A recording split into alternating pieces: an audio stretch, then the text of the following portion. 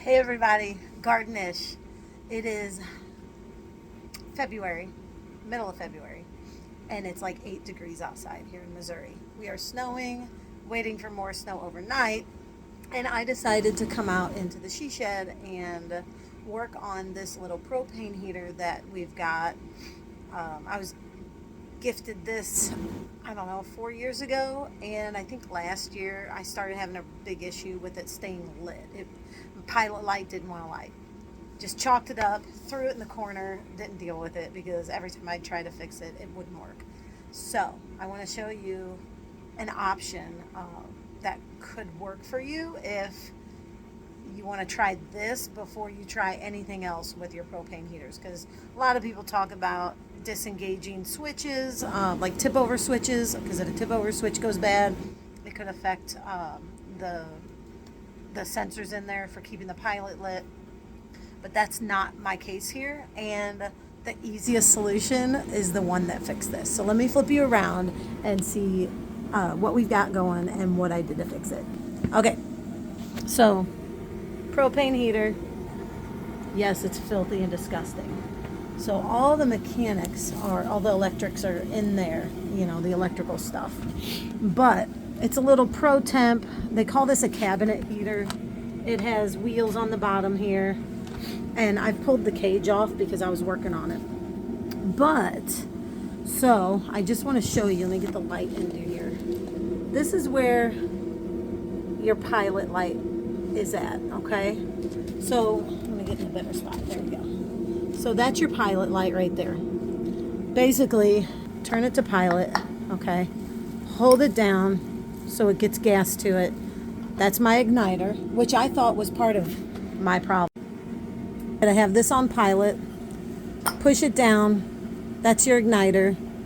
And when you push that down, it's just like your grill. It ignites everything. So then you can let up on this one, but you got to hold that down for a few seconds because it's got to take hold is what I call it. I don't know. It's just got to get enough gas going through it. Once you let up,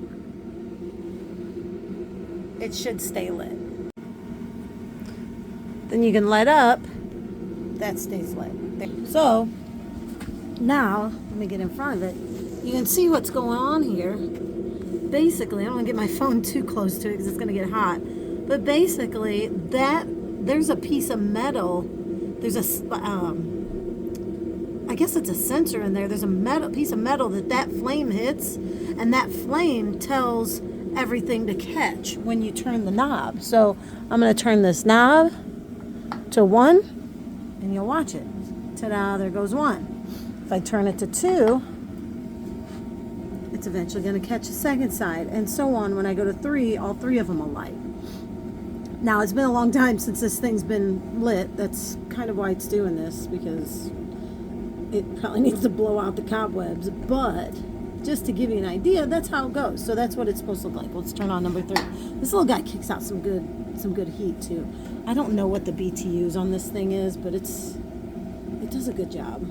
So anyway, what's going on here is where that pilot light is hitting that piece of metal, that metal was basically dirty.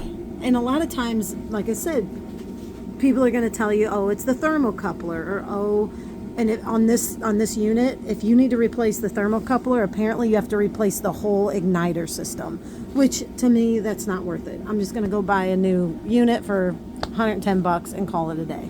But to know that I could take a piece of, I took a piece of my fine grit sandpaper that was already attached to my sander, tore a piece off of it, and all I did was rub this piece of fine grit paper on the metal components down there. Voila, we have heat, kids. We have heat. So I'm going to put the cage back on this thing. I'm going to take this thing out to the greenhouse, and I'm going to go start some lettuce seeds and do another video that I want to do after it gets warmed up out there. So I just wanted to show you this.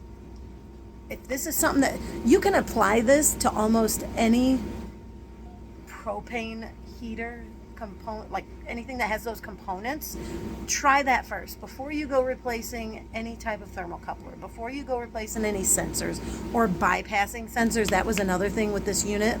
They said the people that on all the searches I found said that you could bypass the tip over sensor. Well, if you do that, guess what? If this unit tips over, it's gonna catch on fire, and you're gonna lose wherever your unit is. The whole building's gonna be gone because everything's gonna catch on fire. So, to keep your safety precautions in place, try this. It's just something to try.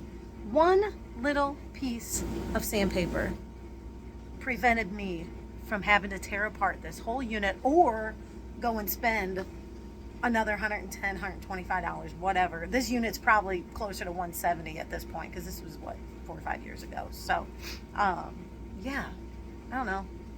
It's another way to figure things out. So that's why I'm here for you. It's more than just the garden. This is the ish part.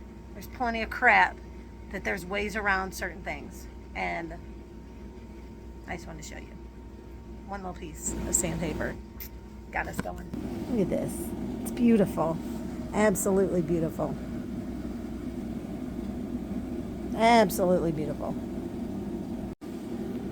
So now I'm going to turn this off because it's going to keep getting hotter and hotter. We are off. I'm going to put my gloves on and I'm going to put my cage back on, and then we're going to restart this baby.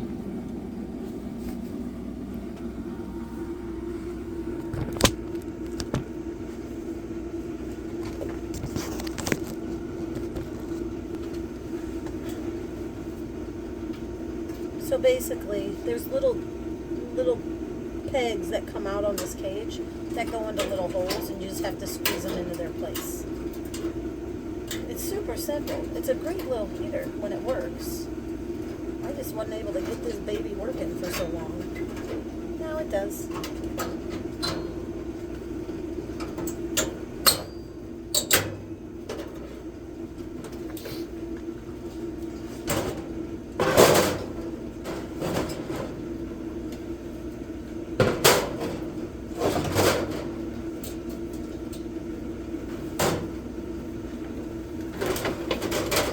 On wheels. Now, put my cover on.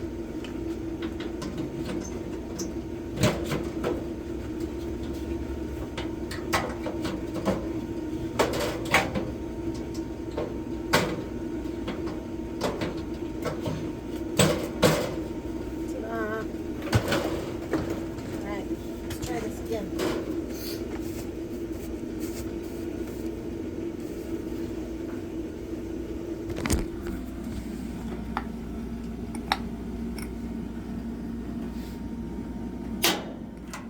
There's my pilot. I let my igniter go. Pilot's going.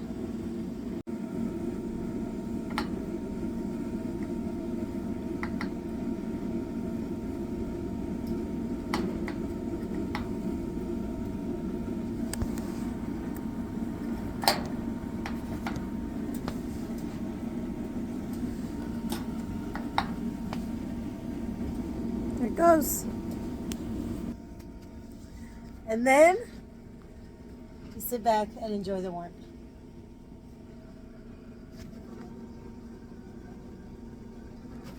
This is a good thing.